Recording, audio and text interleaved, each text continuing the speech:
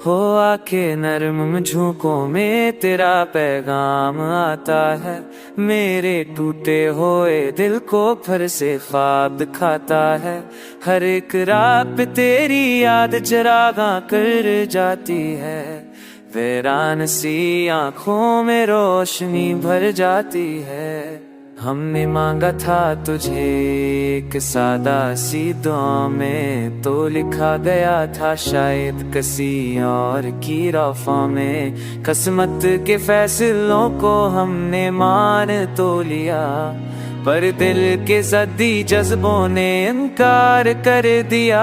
ये मोहब्बत कोई मौसम नहीं जो गुज़र जाए, ये तो वो दर्द है जो दिल में ही ठहर जाए। कभी हंसी बन के आए, कभी आंसू बन जाए। खामोश नजरों में ये सब कुछ कह जाए।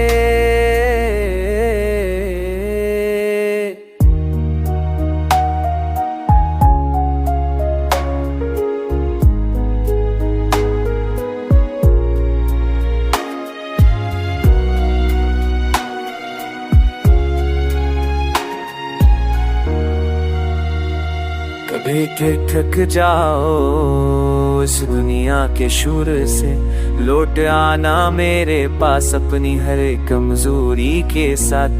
ना सवाल होगा कोई, ना माजी का जिक्र, बस मौजूद लम्हा होगा सच्चाई का असर। मैं वही हूँ जो अब भी तेरा इंतजार करता है। हर बदलते दिन में भी तुझसे प्यार करता है। ये गाना नहीं दिल की एक फरियाद है।